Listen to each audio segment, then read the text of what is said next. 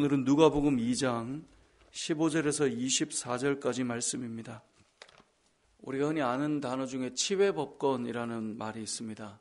치외법권이라는 말은 이 법의 영향이 미치지 못하는 곳이 치외법권이다라는 뜻으로 저와 여러분이 알고 있죠. 예를 들어 우리나라에 다른 나라 대사관이 있으면 그 대사관은 우리 영토에 있지만 우리의 법에 따라서 영향을 받지 않는다라는 의미겠죠. 우리나라 대사관도 외국에 있으면 그 나라의 법이 아닌 우리나라의 법을 따르게 되는 것과 마찬가지죠. 그 치외법권이라고 하는 것은 법의 영향을 받지 않다 보니까 이 말을 사람에게 쓰기도 하죠. 어떤 사람을 보면 저 사람은 뭐야, 법 위에 있나? 이런 사람을 만날 때가 있어요. 일반 사람이라면 저럴 수 있나? 라고 하는 것이 그 사람에게는 자꾸 적용이 되는 거예요. 일반 사람 같으면 이럴 건데 저 사람은 왜 법 위에 있는 사람 같지? 이런 느낌을 주는 사람들이 있죠. 그때 이제 우리는 치외법권이라는 단어를 이제 사용하곤 합니다. 자, 오늘 본문에 보면 이제 예수님께서 이 땅에 오셨습니다. 예수님은 하나님이셨어요. 하나님께서 이 땅에 오실 때 하나님께서는 어떠셨을까요? 이 땅에 오신 예수님은 치외법권이라는 말이 쓰이는 그런 분이셨을까요? 아니면 하나님께서 우리에게 주신 그 율법에 따라 거기 법에 여전히 본인 스스로가 이 땅의 주인이시지만 그 법에 매여 계신 분이신가? 오늘 본문은 그 부분을 우리에게 알려주고 있습니다. 예수님은 흠이 없으시고 예수님은 하나님이시기 때문에 어디에 매여 있을 필요가 없는 완전하신 분이십니다. 하지만 이 땅에 오신 예수님께서는 철저하게 하나님께서 스스로 우리에게 주신 그 율법에 스스로를 지키며 또 순종하며 따르며 보내셨다는 것을 알 수 있게 되는데요. 오늘 본문 말씀 21절에 보면 할례할 8일이 되매라고 되어 있습니다. 자, 이 유대인들은 8일째 되는 날 할례를 받았습니다. 그런데 온 세상의 구주 되신 예수님께서 꼭 유대인의 그 할례에 매여 있을 필요가 있겠느냐 하고 말해버리시면 여러분 하나님이신데 그게 뭐가 문제가 되겠어요?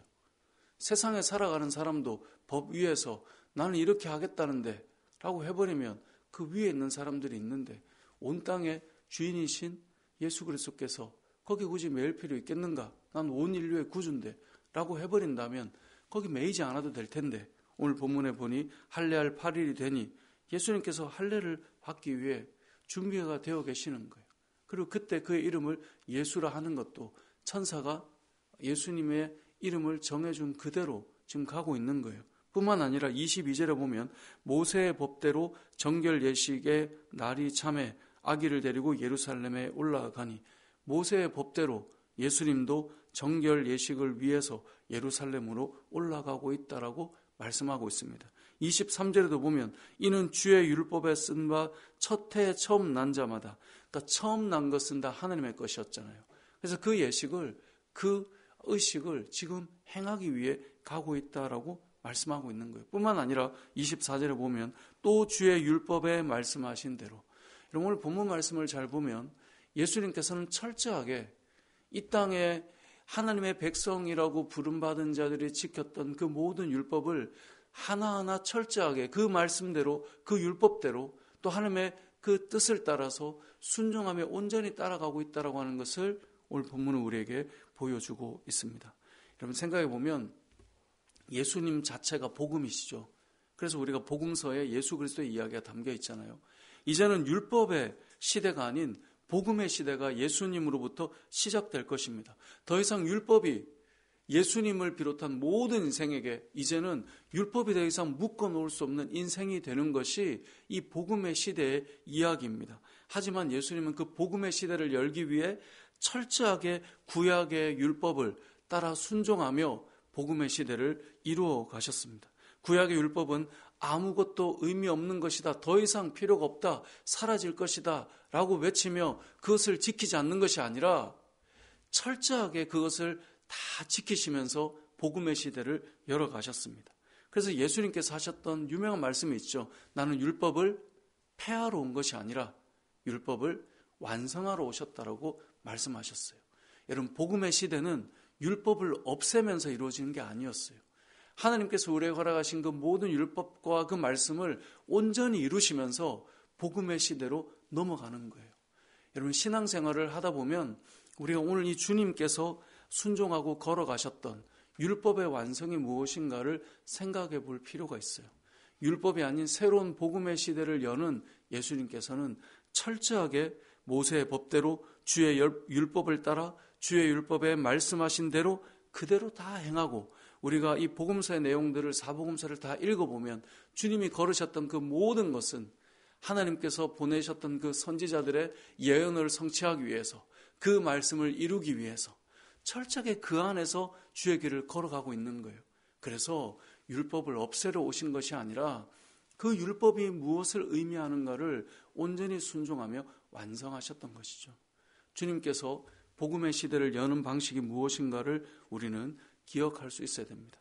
복음이라는 이름으로 지켜야 될 이 순종과 말씀이 다 사라진 채 과정은 무너지고 오직 목적을 이루기 위해 모든 것이 가능한 것처럼 그렇게 외치는 것은 결코 율법의 완성이 아닌 것이죠. 그래서 철저하게 순종하며 가셨던 거예요. 모든 예수님을 믿는 사람을 그리스도인이라고 부르죠. 우리들의 삶은 어떨까요? 우리 역시 마찬가지입니다. 우리는 어떤 목적을 이루기 위해서 내가 원하는 대로 다 해서 그것만 이루면 되는 것처럼 살아가는 사람들은 아닙니다. 여러분, 세상은 목적을 이루기 위해 때로는 잔혹하고, 목적을 이루기 위해 과정도 무너뜨리고, 때로는 자신의 인생을 위해 치외법권인 그런 사람들을 우리는 볼 때가 있습니다. 야, 정말 세상 공정하지 못하네. 이런 이야기는 오늘날의 이야기가 아니라 우리가 역사서를 읽어보면 고대 사회로부터 지금까지 힘을 가진 사람은 항상 치외법권이었어요.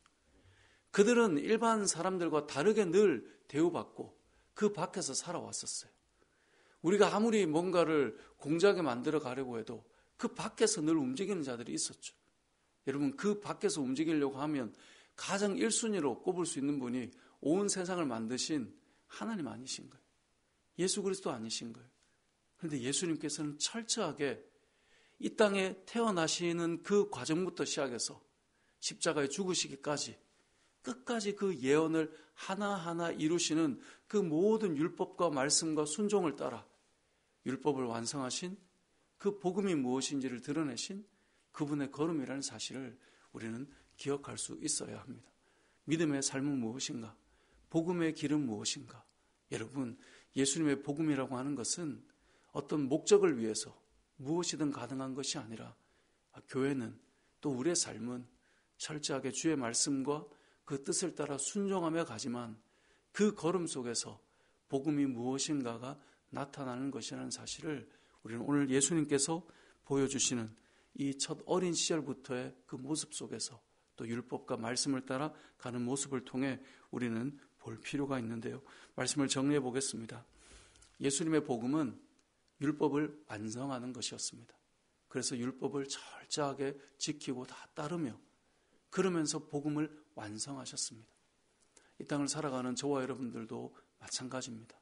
우리는 우리가 거룩한 삶을 살고 하나님의 백성으로 주의 길을 걸어갈 때마다 어떤 목표를 정해놓고 그것을 성취하기 위해서 모든 것을 쏟아부어서 가는 그런 삶들이 아니라 하나님의 법 아래에서, 주의 말씀 아래에서, 주의 뜻을 따라서 한 걸음 한 걸음 나아가며 하나님의 나라와 하나님의 영광을 드러내며 주의 복음을 이루어가는 그런 저와 여러분의 삶, 그런 우리 은혜 울림교회가 되시길 주님의 이름으로 축복합니다.